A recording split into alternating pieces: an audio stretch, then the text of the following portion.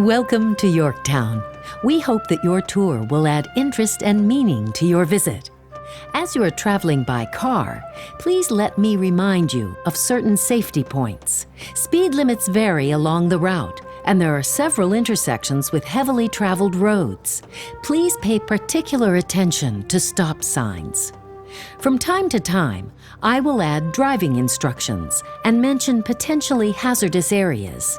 I ask your indulgence and understanding for these necessary reminders. At certain times, you will be asked to stop the CD until the next tour stop or to park your car and explore more of the battlefield utilizing short, paved walking trails. When you hear the music, stop the CD. The Battlefield Auto Tour route is 7 miles long. You will be guided by red and gray historic tour arrows, starting as you leave the parking lot. Tour arrows with letters on them correspond to stops on the tour route, and the stops are in alphabetical order. An example of the tour sign can be found as you exit the parking lot. The tour should take about 1 hour. You have the option of returning to the Visitor Center parking lot at the end of the tour or taking a secondary tour route covering much of the American and French encampment areas. Now that I'm finished with these details, let's get on with the fascinating story of the 1781 Siege of Yorktown. Your tour is primarily provided by 2 expert participants of the siege, Lieutenant Colonel Thomas Dundas of the British Army and Colonel Richard Butler from the American Army. Colonels, will you please introduce yourself to our visitors? How do you do? I'm Lieutenant Colonel Thomas Dundas of the 80th Regiment of Foot and served under Lord Cornwallis here at the siege. I've been asked to act as one of your guides. Hardly an enviable position for an officer of the British Army, but perhaps my presence might moderate the account told by my American counterpart, Colonel Richard Butler of the 2nd Pennsylvania Battalion. My, here I haven't even been introduced yet, and my British colleague feels compelled to raise some doubts about my veracity. But this victory is sweet enough to cover the acid tones of defeat, and I might add, I find my position as your guide most rewarding, for I was fortunate to serve at Yorktown under the famous Brigadier General Mad Anthony Wayne of Pennsylvania. I take great pride in showing you around this battlefield, for it depicts a victorious end to our Revolutionary War. Rebellious war, you mean? Oh, no, my dear sir. Remember, our war was successful. But the battlefield will tell that story. Now, before we leave this parking area, perhaps we should talk about what brought us all here in the first place. Visitors, have you seen the York River? That river was essential to the establishment of Yorktown. In 1691, an Act for Ports was passed to create centralized ports to regulate the shipping of tobacco. Yorktown was the result of that act. The town and the river had a booming companionship based on trade. Yorktown has one of the finest natural harbors in Virginia. The river is very deep, right next to the shore. In no time, this was one of the busiest ports in the Chesapeake Bay area. But as tobacco yields dropped and the colony expanded westward, the town began to decline. Then in 1780, the capital of Virginia moved from nearby Williamsburg to Richmond. Heaven knows we made full use of this marvelous harbor. In fact, we were here to establish a base for the British Navy. After we arrived in August of '81, the river was crowded with our transports, supply boats, just about anything you can name. It seemed an ideal place for us to winter our ships. That is, until the French fleet of Admiral de Grasse blockaded the river and the Chesapeake. Cut off from the sea, this beautiful harbor turned into a watery death trap. The French blockade sealed our fate. Please go out of the parking lot. Follow the red and gray arrow historical tour signs marking the beginning of the Battlefield Auto Tour. Upon exiting the parking lot, your first stop on the tour, Stop A, will be on your right, the British Inner Defense Line. Please pull over at the stop. Here you have a fine view of our inner defense line. Starting on your left, you can follow the line to where it crosses the road into town. You can't see it from here, but our line goes all the way around the town. We call it our inner defense line, because we also had some outer defenses, though they were not a solid line like this one. Our outer defenses were redoubts, small earthen forts built in advance of this line to provide important protection of what we perceived were some weak points. 2 of those redoubts, numbers 9 and 10, you will see later on the tour. We had a lot of artillery mounted on our inner defense line, mainly light field artillery, easy to move over land, which we had brought with us from North Carolina. I believe you can see one of our cannon there on the hornwork, the prominent earthenwork on your left. From here it looks like a circular fort, but at the time of the siege it really did look like an animal's horn, jutting out from our line. It protected the road approach into the town. For most of the siege, our forces were concentrated behind this inner defense line. In all fairness, it seems only correct to remember that Yorktown was chosen as a naval station, not as a defense position against a siege from the land side. Nevertheless, Lord Cornwallis did a thorough job of directing us to construct adequate defenses. But when we first got here, we weren't in much of a hurry to build. After all, we were expecting a quiet fall and winter. But after the French fleet arrived, we certainly increased our efforts. With us were about 2,000 runaway slaves, whom Cornwallis promised to give their freedom for helping us, that is, when we won the war. Leaving the British inner defense line, continue to follow the red and gray historical tour signs. You are approaching a 5-way intersection. After coming to a complete stop at the stop sign, please ensure that all directions are clear before turning left onto Ballard Street. After traveling approximately a quarter of a mile, take the very next right onto Cook Road. Upon entering Cook Road, travel approximately a half a mile, taking your second left turn.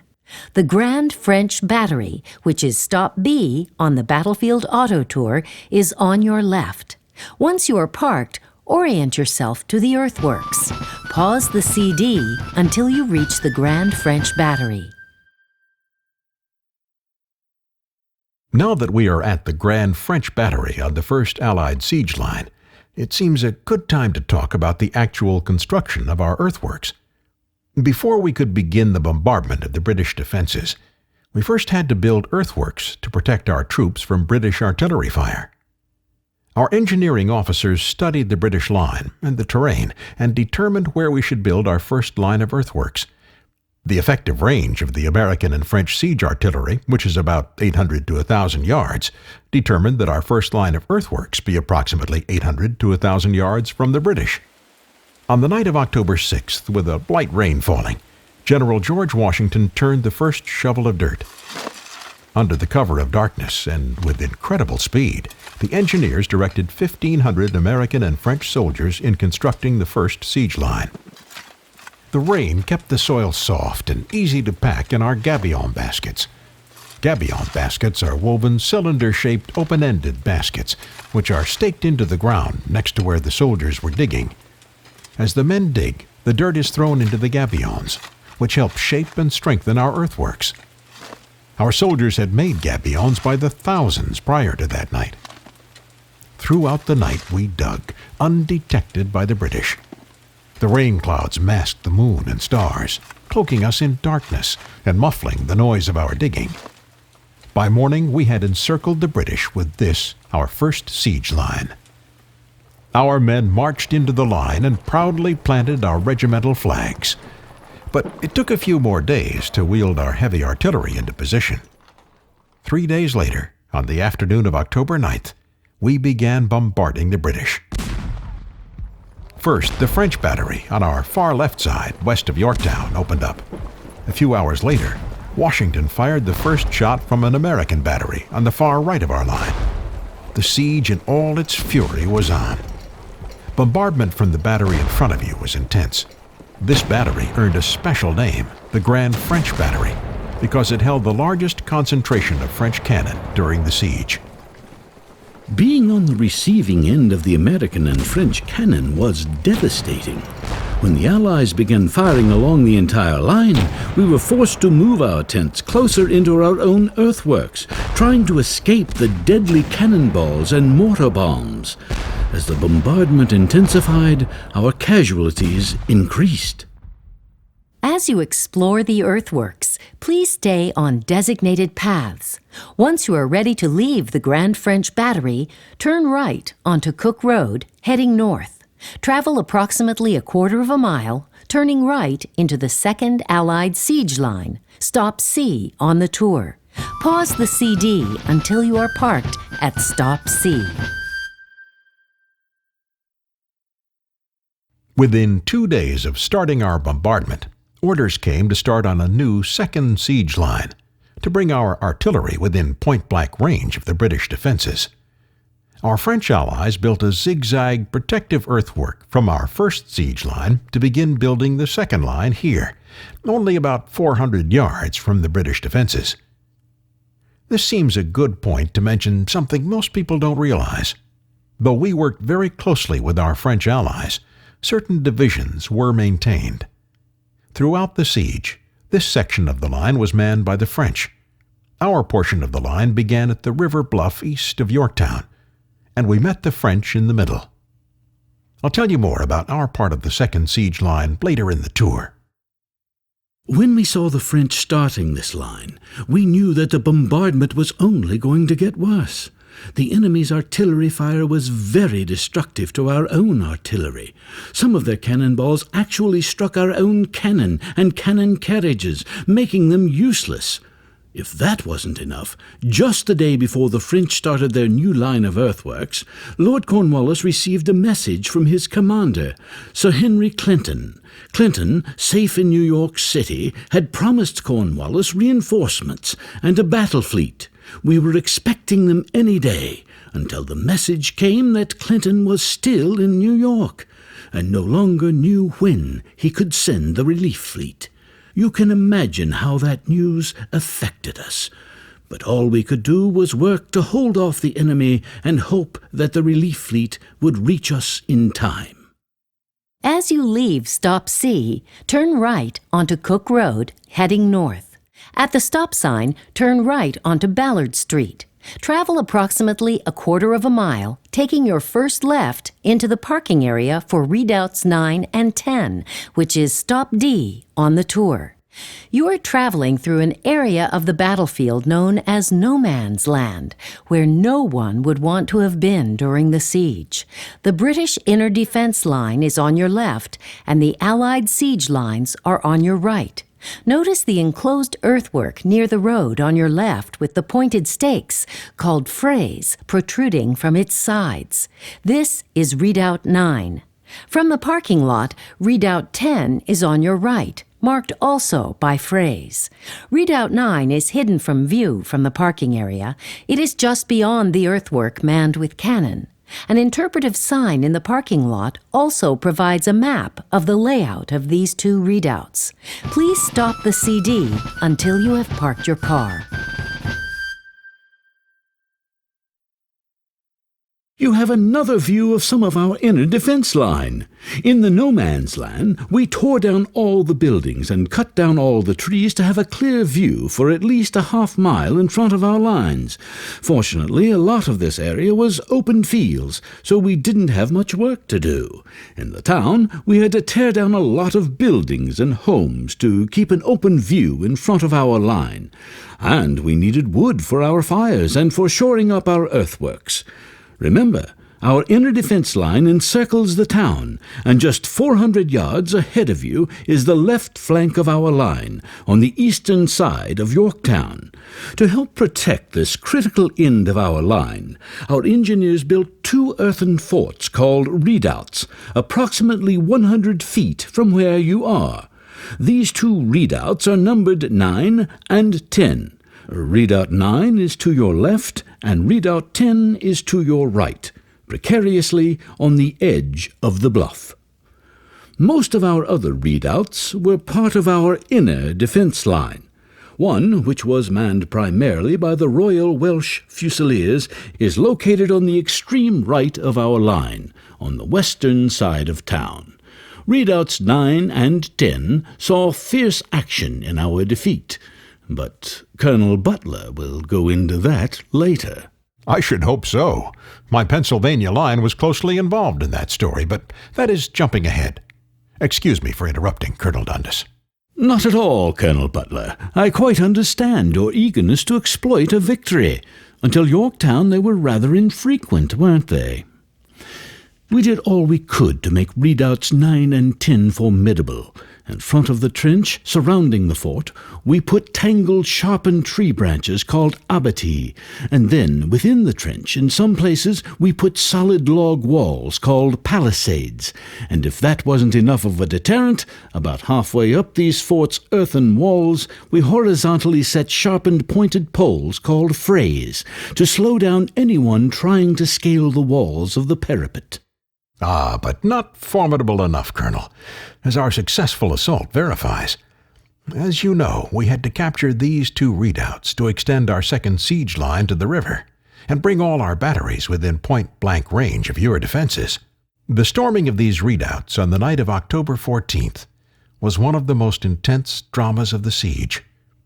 Lieutenant Colonel William Dupont led 400 French on the assault of Redoubt 9, and Lieutenant Colonel Alexander Hamilton led 400 of the American light infantry in the taking of Redoubt 10. Rochambeau came to remind his men of their spotless reputation as soldiers. "We will fight like lions until the last man is killed," his men answered him. General Washington also spoke to both the French and American troops, telling them to be firm and brave. Dusk had fallen when the signal came to begin the assault.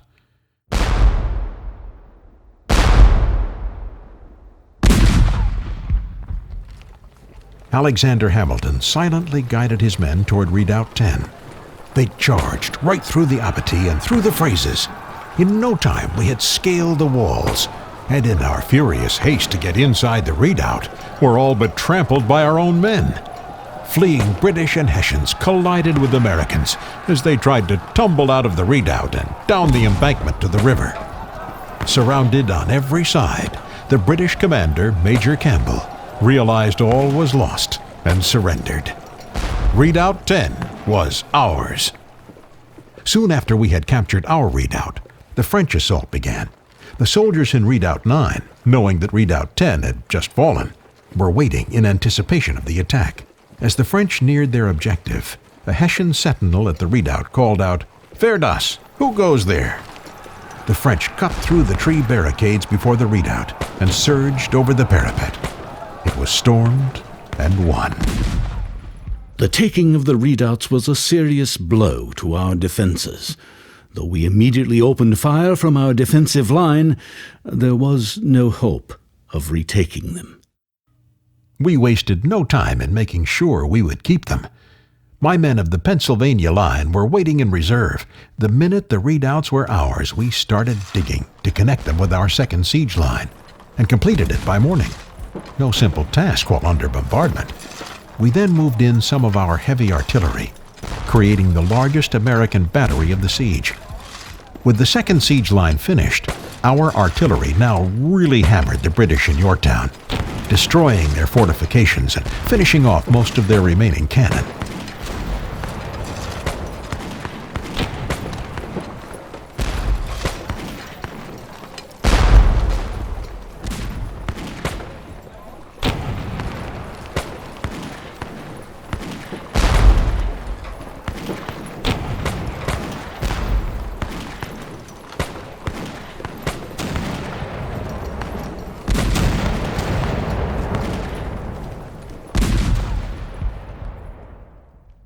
They surrendered, even before the final stage of a siege, the over-the-top infantry assault. Oh, one interesting footnote. When General Washington signed the Articles of Capitulation for the surrender of the British forces, he did so while headquartered at Redoubt 10. I'm afraid I have to agree with Colonel Butler's statement. However, I do want to note that Lord Cornwallis, as any commander should do, agreed to surrender only when he was certain that further resistance would just lead to wholesale slaughter. True, he had no valid choice after we opened this second siege line. Perhaps, Colonel Dundas, our visitors would like to take a short walk to the redoubts. If you wish, please take a short walk to both redoubts, following the paved trail from the parking lot. Interpretive signs at the redoubts and the American Battery tell more of the story. When you return, before leaving the parking lot, turn on the CD to learn more of the story of Yorktown. Before we rejoin our two colonels on the road, I want to warn you of a main road we will be crossing about 1/10 of a mile ahead. Please make a complete stop when you arrive at the stop sign. After you can safely cross, continue down the tour road on the other side. Let's catch up with our guides. At this point, may I suggest that we move on to the story behind the lines? Only a short distance in front of us is the supply depot that can give us insight into the preparations that began long before the batteries were brought into play. Colonel Dundas and I will go on ahead to be ready for you when you arrive. Please continue on the tour road until you see an interpretive sign titled The Deposit on your left, denoting the American Supply Depot. Pause the CD until you have parked next to this sign, then restart the CD for Colonels Dundas and Butler to continue their story. Please note as you drive to the American Supply Depot, you will pass through a portion of the first siege line that was manned by American troops. That was brief, wasn't it? Here on your left you see a wooded area that I want you to try and visualize as a large supply depot during the siege. What are the supplies of siege warfare, you ask? That is something that piques the curiosity of most of our visitors. Even though this was the American Supply Depot, I am going to impose on Colonel Dundas to explain the tools of siegecraft, for my knowledge is rather limited. Actually, few Americans at Yorktown knew much about siege warfare. Only a few of our officers had ever participated in one. Our allies, the French, were considered the experts in it, as you'll find out from the names of the different equipment. And fortunately for us, the chief engineer in the American Army at Yorktown was a French military engineer, Brigadier General Duportail, who had joined us several years before Yorktown. Of course, the British were tough adversaries, so I'll let Colonel Dundas do the explaining. Yes, we did have our share of experience. Here, as at many supply depots, the men stored their digging tools and often made the different bracings and protective shields that were used to shape and strengthen earthworks. You perhaps have seen pictures of some of these supplies as you've toured the battlefield. Bundles of stakes tied together were used to help stabilize the walls of the earthworks and the artillery openings. These bundles were called fascines, or if they were extra long, saucissons, the French word for sausages. I believe Colonel Butler previously spoke about gabion baskets, but just as a reminder, these contained dirt from the trench to help shape the earthwork walls. The frays or pointed poles that you saw around the redoubts would also be made and stored here. Hundreds of men worked with these tasks those first days of October in 1781. As the engineers traced where we were to dig our first siege line with strips of tree bark, gabions, fascines, and saucissons, along with picks and shovels, were moved here, so we would be ready as soon as we received the order to begin digging. Though you now hear only silence, in those days you would have heard the sound of axes and men hard at work. Though the men came from many different regiments to work here, it seems only fair to note that the lion's share of this back-breaking but necessary work was done by the Virginia militia. We Pennsylvanians did our share mostly up on the lines. Let's all start out now and follow this road, part of the way back toward the encampments. As we go, listen hard. Maybe you can still hear the sound made by thousands of men as we awaited orders for deployment to the lines.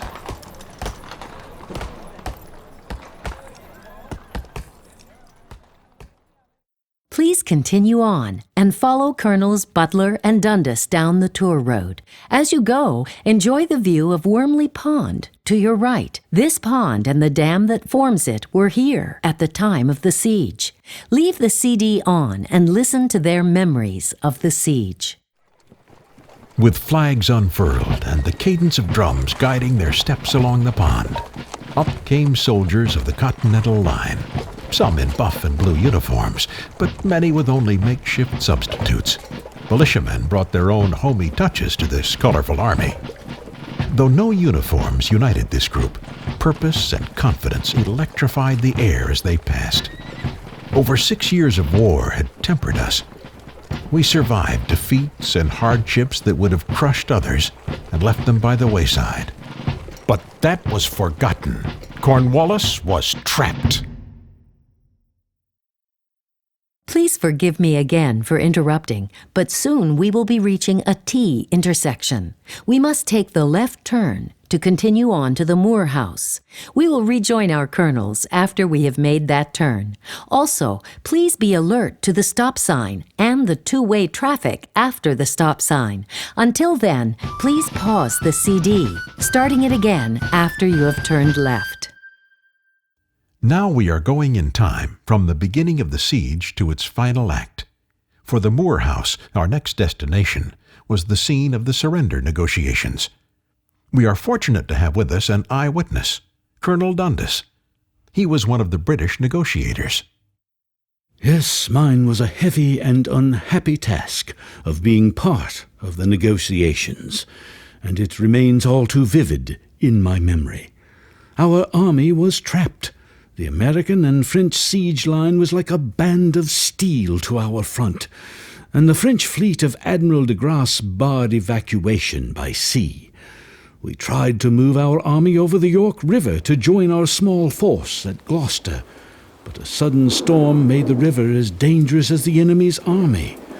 With almost all our cannon damaged, many of our men ill and more becoming sick from the poor living conditions within our lines, there was only one course open to Lord Cornwallis: surrender. I must again interrupt and alert you to another intersection. When you arrive at the stop sign, please make a complete stop, then continue across the intersection, staying on the same road that you are on now. You will come to another stop sign in approximately 1/10 of a mile. Again, after a complete stop, continue across the intersection, staying on the same road. Soon the Moore House will be on your right. Please park in the parking lot. You will be at Stop E on the Battlefield Auto Tour. On October 17, 1781, Lord Cornwallis sent a note to General Washington. I still remember exactly what it said. Sir, I propose a cessation of hostilities for 24 hours, and that 2 officers may be appointed by each side to meet at Mr. Moore's house to settle terms for the surrender of the ports of York and Gloucester. The following day, at this house, the home of Augustine Moore, Lord Cornwallis sent Major Alexander Ross and me to negotiate terms of surrender with representatives of the American and French armies. We waited with apprehension, but no delusions. We did not have a strong bargaining position, but neither of us was prepared for one insulting article the Allies demanded: that our men would be denied surrender without the full honors of war. To be accorded such honors meant that the victors acknowledged us as a professional army, and that the army was surrendering with its honor intact.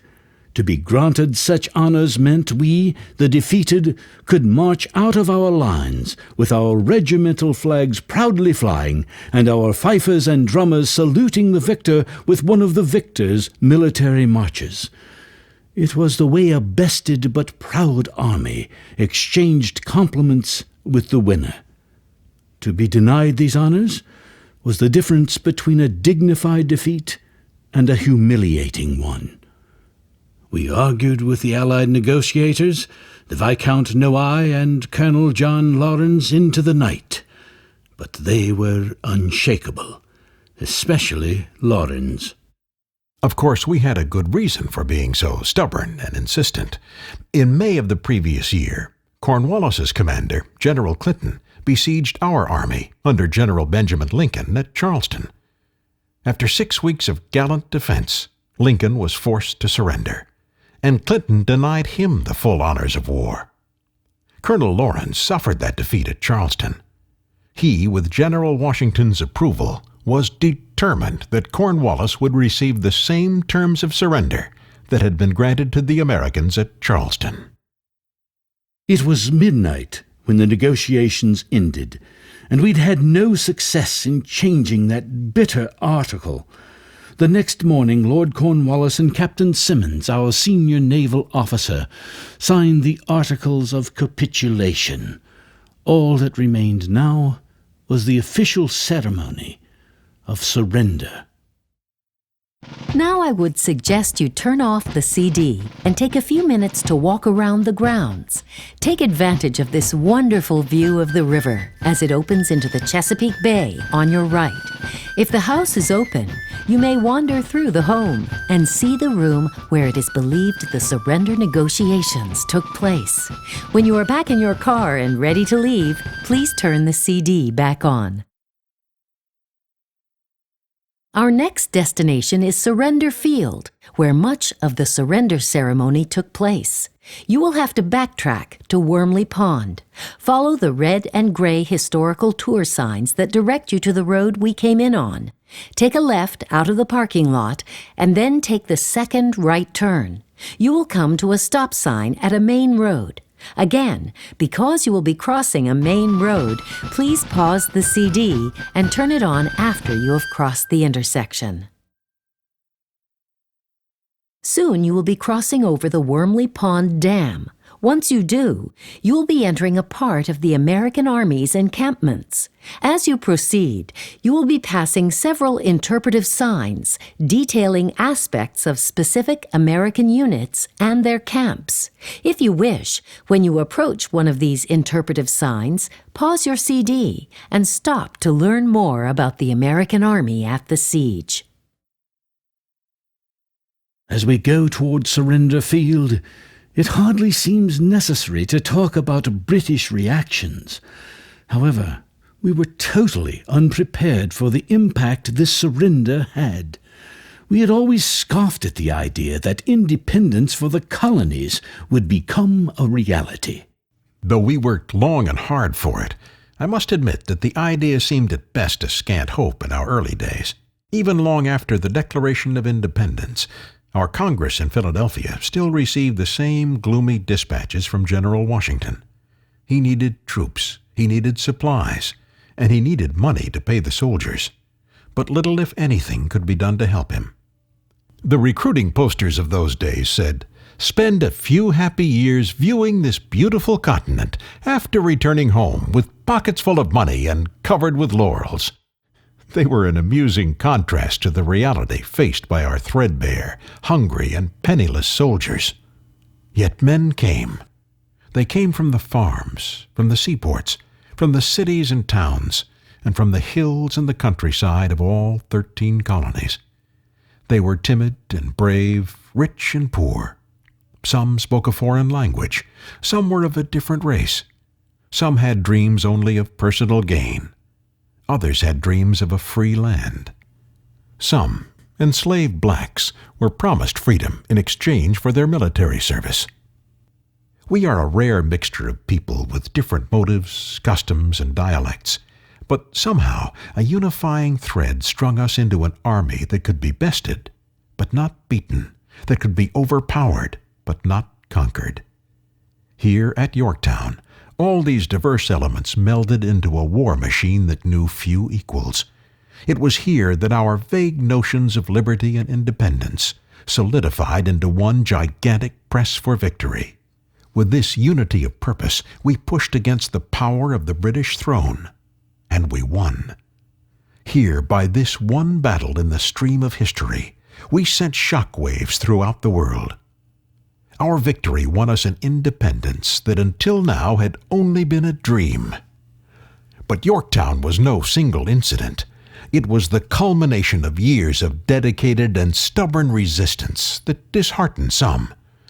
Only the hearty hope and courage of those of us who had already known the incredible hardships of this new world could make it happen.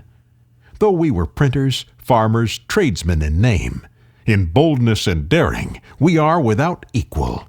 We, as soldiers, faced the British lion and mastered that lion.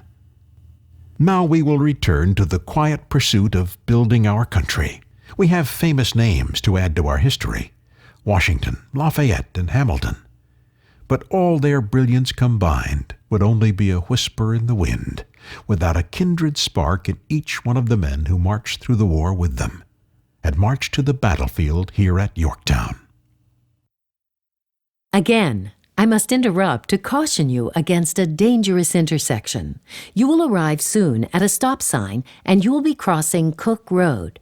Stop, continue across Cook Road, staying on the historic tour road, and follow the red and gray historical tour markers.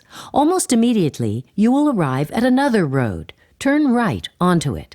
After you have made that turn, make your next left turn. After turning, the field to your right, beyond the split-rail fence, is Surrender Field. Please park in the parking lot for Surrender Field, stop F. Please pause the CD, turning it on when you are safely parked. Look to the field just north of you. Here, in this tranquil field, is where America's independence was secured. And that is what Yorktown is all about. All the sacrifices of our men, all of our hopes, all we fought for, was finally achieved here, when the army of Lord Cornwallis surrendered. Let your mind wander back to October 19th, 1781. Remember your stop at our second siege line, just after the Grand French Battery? It was there that General Washington, with his staff on the right side of the road, and the French general, Comte de Rochambeau, with his staff on the left side of the road, waited for the British Army to march out of Yorktown. From there, all the way to here, Surrender Field, the road was lined by the Allied Army. Many of the French were in clean, sharp, white uniforms. For us, Washington ordered that those with the best uniforms stand in the front rank, and those whose clothing was worn and tattered stand in the second rank.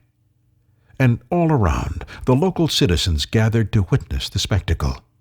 Article 3 of the terms of the capitulation stated that the garrison of York was to march out at 2 o'clock precisely, with shouldered arms, colors cased, and drums beating a British or German march. They were to ground their arms and return to their camps. You could see the pride in this great victory throughout our lines, yet there were some looks of empathy for the British. Too many of our men had experienced defeat not to feel some compassion for them. We felt the somber British mood. Nevertheless, we saw that most of them had prepared themselves with dignity for this mortifying march. Their polished boots and fresh uniforms blended in with their neatly groomed look. As the British Army marched out of Yorktown, they were led by Cornwallis's second-in-command, Brigadier General Charles O'Hara. Cornwallis, like many of his troops, was too ill to attend the ceremony. O'Hara surrendered to Washington's second-in-command, Major General Benjamin Lincoln, and the irony wasn't lost on any of us. Lincoln, who had been forced to surrender at Charleston without the full honors of war, was now accepting the British surrender under the same conditions. After O'Hara had handed over the sword, Lincoln led him and the rest of the British Army down the road, past our troops, to this open field, which we now call Surrender Field. British and German regiments then marched into this field to ground their arms. I remember the colonel of the Ansbach Beirut Regiment, von Seiboten, whose cheeks were wet with tears when he ordered his men to present arms, lay down arms, put off swords and cartridge boxes. I saw one corporal clasp his musket to his breast and then throw it down, exclaiming, "May you never get so good a master." Once they grounded their weapons, the defeated soldiers returned to Yorktown. I could almost see the look of relief as well as fear on some of their faces. They were probably thinking of their next few days, Finally, days of rest before their long march to prison camps in Maryland and Virginia. Now, only the echo of history lies in this field. The men like me who fought here know that much still needs to be done to build our nation. You, our visitors, may know more of what lies ahead of us. Please take some time to explore more of the story of the surrender. Take the short paved trail to the pavilion overlooking the site of the surrender. A short audio program provides more detail of the spectacle of the surrender. After the audio program, continue following the paved trail past several British cannon that were surrendered here at the siege. Continuing on the trail, you will be parallel with the field and walking past interpretive signs that tell more of the aftermath of the victory. Upon finishing this short walk, turn on the CD for directions back to the Visitor Center or to continue your drive onto the Allied Encampment Tour Road that traverses much of the area where the American and French troops were camped during the siege. I hope you have found your tour interesting.